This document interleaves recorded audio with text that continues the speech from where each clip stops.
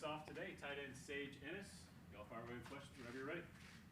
Sage, David Hope, TigerNet.com. Coach Riley said that his message to you and all the tight ends has been play big. Mm-hmm.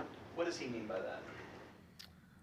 Yeah, I appreciate the question, David. I think when you talk about playing big, right, tight ends physically are usually a lot bigger than the rest of the skill players on the field. Generally, you're talking anybody, 6'3" to could be 6'6", 6'7", right? And you have the unique skill set of being able to run and catch. And if you're a blocking tight end, then you have the unique skill set to use your length and your size to your advantage. So I think when he's talking about playing big, especially for us, is just use our skill sets to our advantage, right? So using our body, our length, our size, just to our advantage, something that other people don't have necessarily, and just use it the best we can. Has this first half been as good as you guys wanted as a group?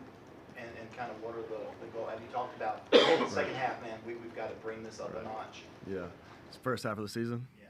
Yeah, so the biggest thing we've tried to do with the first half of the season is as we went to the bye week, we've looked forward to getting better, looking at things that we've missed on and looking at things that we've done well and how we continue to do well and how we can continue to get better. I think if you're trying to judge on how good you've done or, the second half of the season, how good you want to be, I think you can get lost in that. That's not something you should particularly focus on. What you should focus on is what you can control. And right now, what we can control as a team is winning the day and just attacking each day and getting better, attacking our weaknesses so we can become stronger. And as a whole, just focused on the goal and the motivation of, today we're going to win the day, we're going to get better each day, and then handle the business each day at a time. So. Sage, Trevor Gross from CTiggers.com. You knew that you were going to have a lot of opportunity this season with Davis moving on and Luke Price, but how much of a motivating factor was that for you coming into this season? Being able to learn under Davis and Luke, two completely different players, right? So Davis, someone who not as verbal, but led in a way that was very moving. And then Luke, wasn't afraid to speak his mind. And obviously just two completely different players on the field and off the field. And being behind them, getting to learn was great. And so I wouldn't say I used any of it as motivation as far as them moving on, just knowing that there was going to be an opportunity and put in the work in the off season so that I'm getting the best that I can be, making sure I'm preparing myself for my opportunity. And then I've actually reached out to Davis and talked to him some just to talk to see how he's doing out there in LA, how his transition has been, and talk to him about the game and just see any opportunities that we could both grow. So no, I wouldn't say the motivation was with them leaving that there would be an opportunity. More so, I just focused on I knew that there would be an opportunity and capitalizing when I'm given the chance. So. Chapel Fowler with the state newspaper. Could you compare what playing tight end for Garrett Riley offense is like for you versus a Streeter offense last year? Yeah, so if you're trying to compare the two offenses, right, I mean, it's completely different. I mean, as far as making a comparison, it's kind of hard because the two offenses are completely different, right? Coach Riley's coming with an air raid type system. The system we were in before was a little bit more of a pro style, I would say. So comparison of the tight end and the use in the position is a little hard. But I will say with the offense that we're in right now, we've done a great job as far as with the tight end position, knowing what we're supposed to do. And, as we've been challenged to learn more positions, right, not just particularly our signature tight end position, but learn to split out and be in the slot wide receiver or the single wide receiver to a set. We've learned to handle that and get better in that position and that aspect. So. Just working with Jake, tell us what it's like to have such a talented teammate here and kind of right. what you've seen from him this season. Yeah, Jake. Obviously, we all know Jake is he's a unique specimen. He's great. He's got great length to him, speed, can catch, run routes, and I love Jake. I was actually with him, got to be a part of his recruiting process, and we've been able to grow and learn together and help each other and benefit from one another. And so, just being out there, be able to play with them and on a practice field. Sometimes you kind of forget that you're competing for the spot together because there's just so much of a love and a care and a passion for one another that you kind of put that aside and you really just want to see each other succeed, right? So any way that I can help him and any way that he can help me, that's what we try to do. TigerIllustrated.com. It seems like in this offense, the tight ends, you and Jake, heavily involved in blocking, lead blocking, protecting the edge, also in screen passes. What's the evaluation there on how you and Jake have done, just sort of in tandem in the blocking category? Yeah, obviously with this offense, like I said earlier, we're kind of asked to do a lot of different things, right? Learning different aspects of different positions, not just the signature tight end Y spot, right? So we've kind of taken the charge on a few different things as far as blocking on screens, leading for the running back, things of that matter. I think as reviewing the film, especially halfway through the point of the season, I thought we did some really good things. I thought we've attacked. We've gotten better each week, and the stuff that Coach Richardson has asked us to get better on, whether that be attacking a grass defender or attacking the point of attack in the box, I think we've gotten a lot better at. I think you just continue to work on that, continue to see any flaws or anything that you can get better at and continue to do well. But overall, to answer your question, I would say each week we've gotten better and, just continue to attack the small things that need to be fixed. So.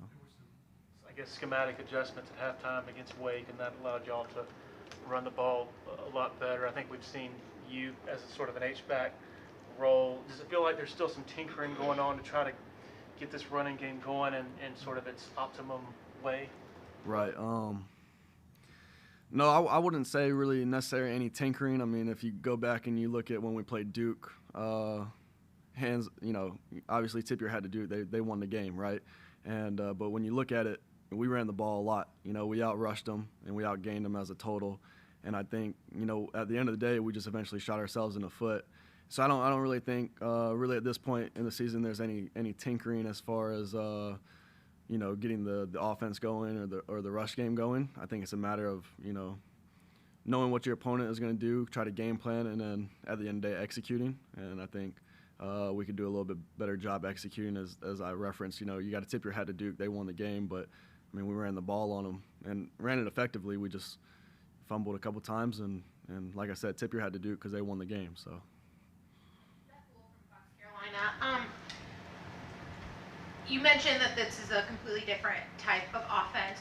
It kind of seems like each of you tight ends have to be a much more well-rounded, check all of the boxes as a tight end under this offense, especially with the quick subs that you guys are doing when you can get a sub in by the time the play call's coming in or being changed or something like that. Is that fair to say? And how much do you think you guys as a room have been challenged to really up everybody's game? You can't just be the catching tight end. You can't just be the blocking tight end with this system. Yeah, I would say that's even before this offense, that was something that Coach Richardson really was looking for in the tight end room and just as a unit that, understand your strengths and weaknesses, but understand that your weaknesses can become strengths, right? So especially with the change in this offense and how, like you said, there is a lot of tempo. There's a lot of quick subs whenever you can get them in, right? And now you're being asked to do a lot more as far as, you might have to go play what we call the X position or the Z position, but you're usually a Y, right? So that changes your assignment. So everybody has kind of been challenged within the room to sharpen up their skills, fine-tune our strengths, but then also work on our weaknesses. And I think as a whole, like I said, but even before this offense was implemented, that's something that Coach Rich wanted us to do, was just not just become, I'm the receiving tight end or I'm the blocking tight end. No, but like everybody in the room be an all-around tight end. So, I think the offense has maybe been a catalyst for that because we've been challenged and we've been asked to do more. But even before this offense was brought in, it was something Coach Rich had challenged us as a tight end room to do. Hometown is from Miami, but I'm sure you grew up watching the Canes play. How excited are you about going down there? Yeah, so I'm pretty excited. I don't really have a lot of guys that I know there at Miami. I grew up about 9 hours from there because Florida is a big state as far as the geography of it. But obviously it's a school that was in the state that I grew up in, so I got to watch them. There's a lot of bad blood because some of the, not necessarily against the Miami team, but with some people back home, due to the fact that they were Miami fans. They were always talking about the U is back, and growing up in Florida, you're either a Florida State fan, a Florida fan, or a Miami fan, right? So there's always a lot of talk whenever those games came up. So now to be here at Clemson and be a part of it, and obviously I played against them in 2020. We played them last year, and then this is my first time going down to Miami, so I'm pretty excited about that. It'll be unique.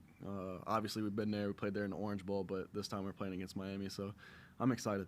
Yeah. From WIFF. Cade was in here yesterday talking about how much he feels he has grown since starting in the Orange Bowl. Just where have you seen him continue to grow as a quarterback and a leader from that time you guys played in December till now? Yeah, I think Cade has done a better job with maturity. You know, he's just gotten better holistically of growing and kind of stepping into that role. I mean, he was asked to do a lot early on, right? Just kind of thrown into a role. I mean, it's hard to, you know, you've been backing up the whole season, and all of a sudden you're starting for the Orange Bowl, right? And I mean, that can be hard. And, you know, as far as his preparation off the field and on the field, I think he's growing in that aspect of maturing and leading. And I actually sat back and challenged him. I pulled him to the side and challenged him and told him, you know, like, hey, like, let's work on this X, Y, and Z, you know, and personally I've seen him get better at those attributes, and I think he's really helped the team, and every week I've just seen him get better as far as maturing, whether it's in his preparation, whether it's body language, whether it's how he responds. I've personally watched him get better, and I can't be any more happy for him. He talked about how he felt the Wake Forest game was one of his worst performances. Do you see that kind of accountability growing from him as someone who's always willing to point the finger at himself?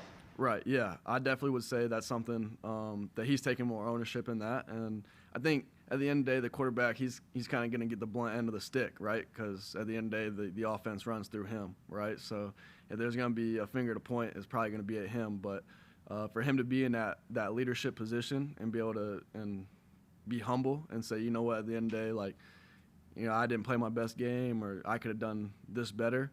I think that shows the growth that he's actually made, not just since the Orange Bowl, but just as a player and a leader and as a person. So. Any questions for Sage from Zoom? Anybody else in the room? Did any of the Florida schools recruit you to go after you at all, or what's kind of your recruiting process like at Clemson, being a Yeah, so obviously went to high school in Tallahassee, Florida, so I grew up right down the road, about 5 miles, 10 minutes at most from Florida State. So they were heavy in the recruitment. Miami recruited me. I could say probably, I think I got offered from pretty much almost every school in Florida, like UCF, USF, Miami, Florida State, FAMU, besides University of Florida. Florida Gators were the only ones that didn't recruit me. But. Anyone else? All right. Thank you, Sage. All right. Thank y'all. Brianna Yep. will be joining us